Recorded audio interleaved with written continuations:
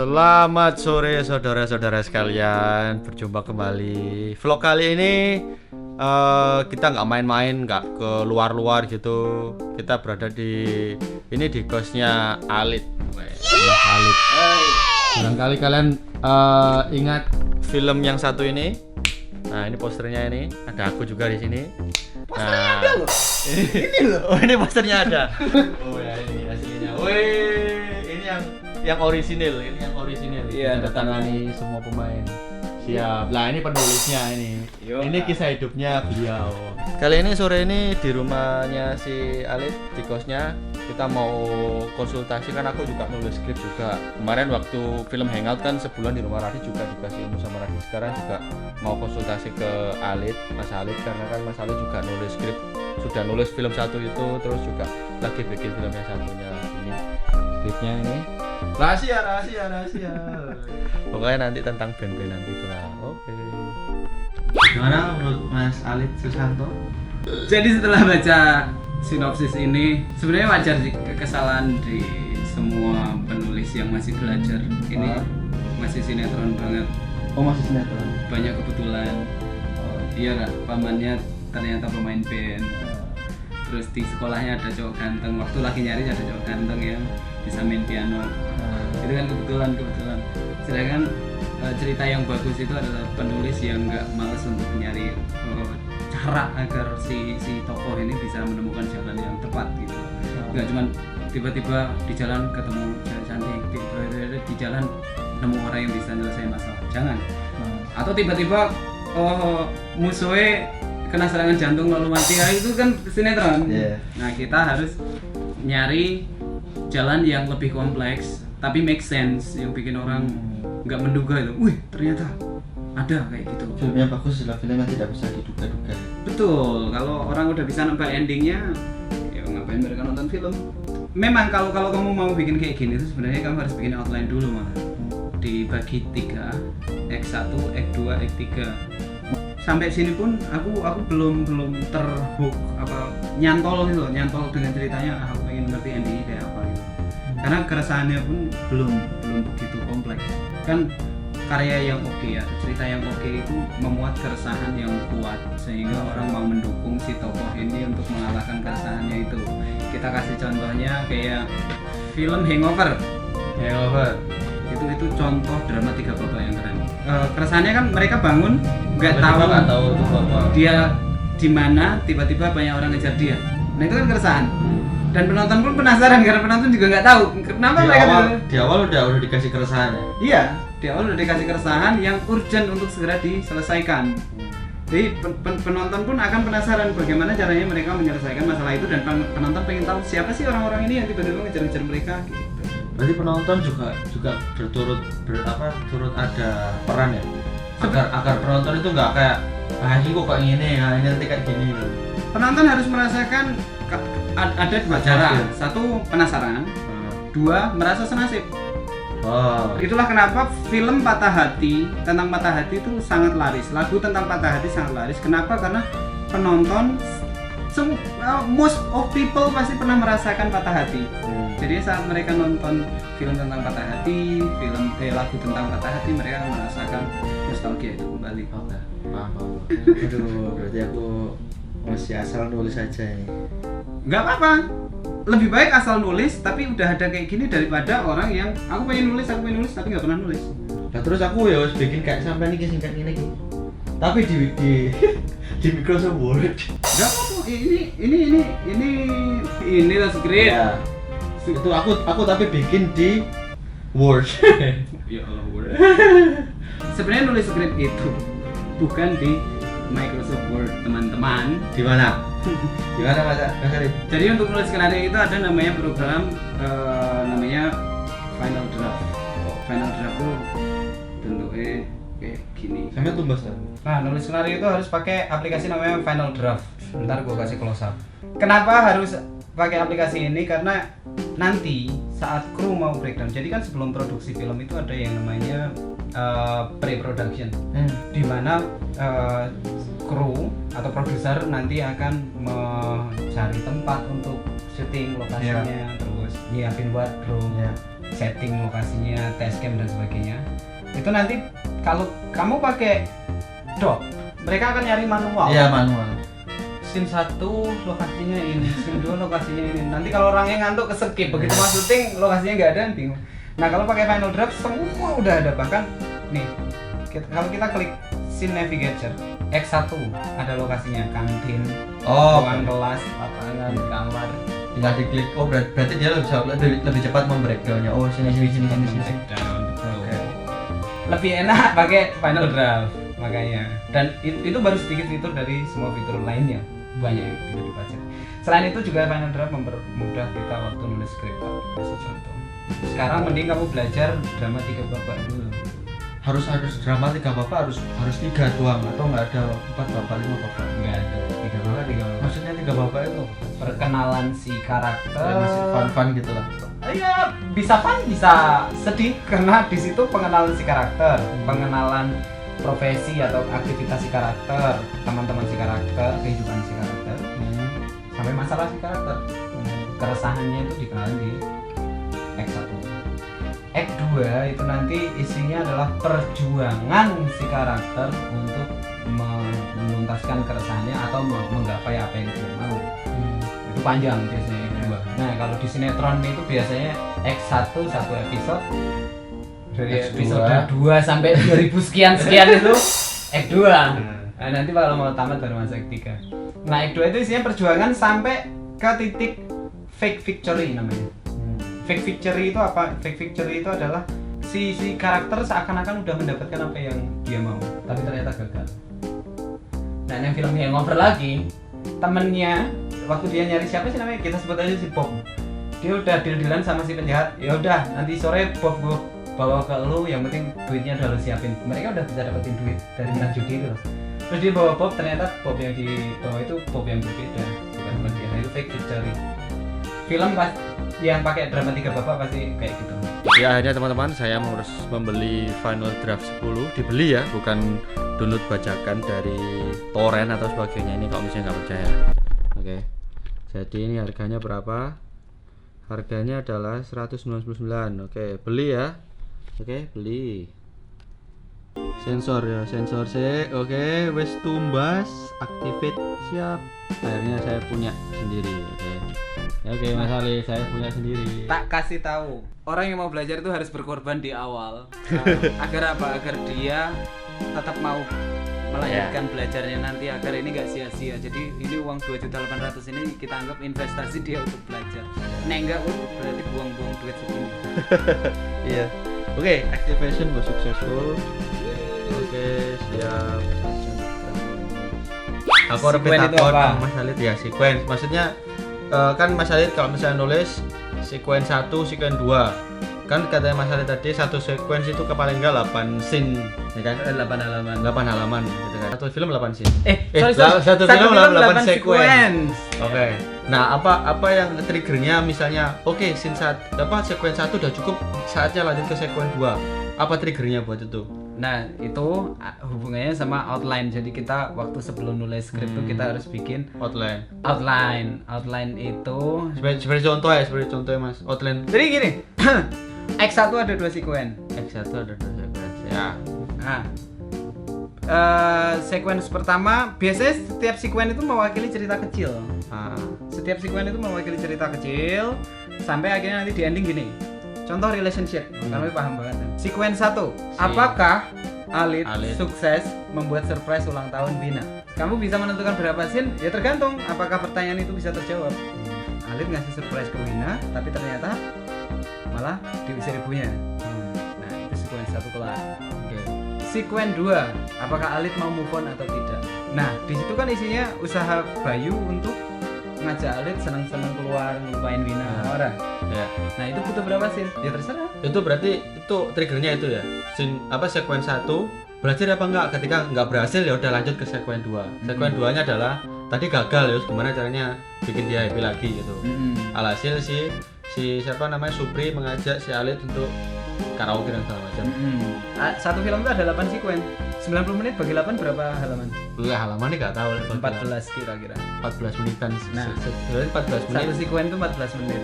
Nah, nanti pembagian sekuen ada banyak, ada yang namanya Visiting the Grave, ada yang namanya Break into Two, ada yang namanya Downfall, Debate. Jadi habis introduction nanti ada debate. Debate itu adalah whether or not si karakter ini akan mengejar cita-citanya. Habis debate nanti ada fun and game. Fun and game itu isinya adalah usaha-usahaku. Setelah debate tadi hasilnya adalah aku mau move on. Fun and game isinya adalah usaha-usahaku untuk move on. Untuk habis itu nanti ada lagi namanya fake victory. Fake victory itu akhirnya aku bisa macarin TV pengganti Wina. Tapi apakah itu artinya aku menang dari Wina? Ternyata enggak, aku masih belum bisa move on toh. Habis fake victory ada downfall. Downfall itu saat aku musuhan sama kamu, semua karakter dipecahkan. Oh, enggak berteman lagi, semua musuhan. Kita semua sendiri-sendiri. Nah, habis downfall nanti ada visiting the grave. Visiting the grave itu saat aku jalan di kosan enggak ada kamu lagi. Kowe nyoba bergaul sama anak kosan baru, ternyata nggak ada yang seenak, nggak ada yang senyaman aku sama kamu dulu. Itu namanya visiting the grave. Nah, biasanya habis itu mereka bersatu lagi, berjuang lagi untuk last battle-nya. Jadi film itu kan dibagi 3 babak, 3 act 1, act 2, act 3. Nah, pembagiannya adalah act 1 itu ada 3 sequence. 3 sequence. Act 2 ada 3 sequence juga. Act 2 ada 3 sequence. Tapi total 9 sequence. Total 8 sequence. Act 3 ada 2 sequence. Nah, act 1 itu isinya apa aja? Introduction, point of attack, debate, sama break into two. Act 2 itu isinya fun and game, terus fun and game juga, terus akhirnya yang terakhir perjuangan untuk move on kalau di film relationship. Fake victory. Ending dari act 2 itu fake victory. Jadi itu kayak udah mau menang tapi kayak itu palsu gitu ya. Seolah-olah si karakter menang tapi ternyata. Tapi karena ada fake victory itu dia akan bangkit lagi kan? Nah, itu namanya act 3, sequence 7 namanya revival. Dia bangkit lagi kan, revival kan artinya bangkit. Revival itu nanti bangkit dan dia berjuang sekuat tenaga sampai akhirnya dia mendapatkan hasil. Dan sequence 8 itu nanti isinya adalah hasilnya. Apakah karakter dibanding dengan di sequence 1 dia udah berubah orangnya atau hidupnya. Oke, sudah selesai sama Mas Alid, sudah belajar nulis tadi. Sekarang saatnya untuk makan di Holy Crab. Ini bersama seseorang. Dan dia senang sekali makan gratis. Aku yang harus bayar. Kepitingnya lumayan mahal di sini, tapi enak banget. Wah, surga kepiting di sini. Oke, kita sudah mau makan, ini udah siap tempatnya nanti di sini. Cuma celemek doang gitu, kayak kertas gitu. Nanti nggak ada piring. Terus ntar kepitingnya langsung ditaruh di situ. Overall kayak misalnya kita mau nulis skrip itu memang dibutuhkan kesungguhan, kan tadi sudah diajari sama Mas Alif, itu benar-benar dituntut untuk bersungguh-sungguh. Memang harus kesungguhan, itu nomor 1. Terus yang kedua adalah alurnya harus rapi. Jadi misalnya tadi kalian sudah nyimak dengan teliti, misalnya kalian juga mau ya mencoba-coba bikin skrip, ya bikin aja. Mungkin buat tugas sekolah dulu atau tugas kuliah, itu bisa kalian terapkan ya yang tadi diajarin sama Mas Alif. Saatnya makan dulu. Habis ini kita kakak takok gimana? Yuk, makan dulu tapi. Wow.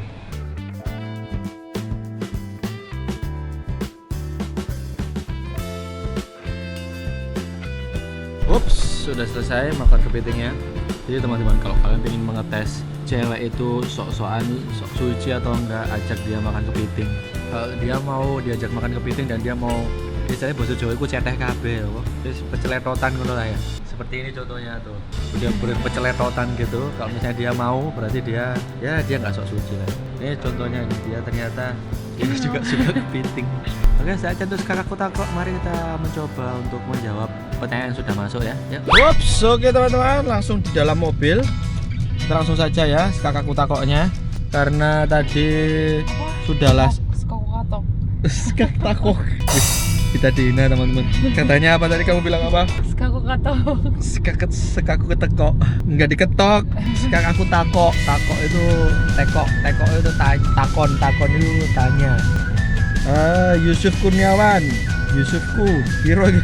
Ono ongkone. Ono ongko iki. Waktu itu sekak aku takok, hal pertama opo sing mbok lakokno pas tangi turu? Hal opo sing mbok lakokno pas tangi turu? Hal apa saja yang aku lakukan pada waktu aku bangun pagi? Ya jelas lah, aku kan ngedit video, terus nyekrip video juga, terus banyak lah ngerapain tempat tidur ya pasti. Ya wes lah itulah, terus tidur lagi. Oke, pertanyaan kedua dari @Febrialina. Mas Bayu, Mbak Olive, kalian berdua ketemu pertama kali di mana? Ketemu pertama kali aku Di kosan, jalan kaki, aku nyamperin ke kosannya Olive, mau jemput pada waktu itu apa mau jemput kemana ya? Waktu kita keluar kemana? Ke mall ya? Kita ke mall. Ya, kita makan sama teman kamu pada waktu itu. Aku jadi obat nyamuk. Temennya cewek satu. Dan dulu ketika masih belum jadian itu kayak kelihatan anggun banget. Oh my god gitu kan. Terus sekarang udah jadian kayak terus makan kepiting. Enggak, fitnah banget sumpah. Ya itu ya udah dijawab ya di kosnya dia. Aku nyamperin pada waktu itu jemput mau makan pokoknya keluar. Dan yang ketiga dari @Koirul Adi. Kakak tako Mas Bay, piye caranya tetap mangan enak ning akhir bulan? Oke. Bagaimana caranya tetap makan enak di akhir bulan? Gimana caranya? Ini yang Utang. Kasbon. Kalau aku sendiri sih, kalau misalnya akhir bulan pengen makan enak, ya di awal bulan kamu jangan makan enak. Kan simpel kan seperti itu. Di awal bulan kamu nggak usah makan yang enak, kamu di awal bulan justru makan Indomie, makan mie semua terus akhir bulan baru makan enak gitu. Jadi ketika di awal bulan kan semua orang pasti makan enak, tapi kamu ngempet dulu nggak makan enak. Nanti akhir bulan ketika teman-teman kamu makannya nggak enak, kamu makan enak. Oh, makan apa? Bang kepiting kayak kita tadi makan apa? Mereka bakal kaget. Wih, gila. Padahal ya tinggal dibalik doang. Lanjut lagi lah ya. Nah, ini yang ke berapa ini dari Ahwan Surya, Ahwan Skak. Mas, pernah gak pas kowe lagi pacaran sampean ngupil nang ngarepe pacar? Oh my god. Tahu artinya? Aku tahu. Apa? Pernah nggak waktu lagi pacaran sampean kamu ngupil gitu kan? Iya, ning ngarepe pacar. Oh my god, aku sampai udah hafal gitu posisi. Apa? Kronologis kamu untuk ngupil, sampai udah hafal banget deh, dan time-nya juga udah hafal banget. Dapat Dari yang kaget sampai yang ya biasa. Dan di mobil ini aku sudah meninggalkan jejak. Jadi upil aku udah ada di mana-mana. Ketika ngupil dapat besar, aku sumpelin di mana. Wah! Oh my god, don't try this at home, boy. Oke, jadi seperti itu. Next lagi. Oh, udah habis. Oke, pertanyaan terakhir tadi dari Ahwan Skak. Oke, ini arek Skak meti. Misalnya aku teko orang kutone DM selalu teko. Oke, thank you very much for watching today's episode, teman-teman. Jadi hari ini kita sudah belajar menulis. Hari ini diawali mulai dari siang tadi ke kosannya Mas Alit. Kita belajar tentang menulis naskah. Overall nantikan saja ya film yang bakal aku tulis sendiri. Pokoknya intinya filmnya itu tentang band-bandan, tentang main band. Ketika sekolah, maksudnya masih SMA gitu terus kita main band gitu.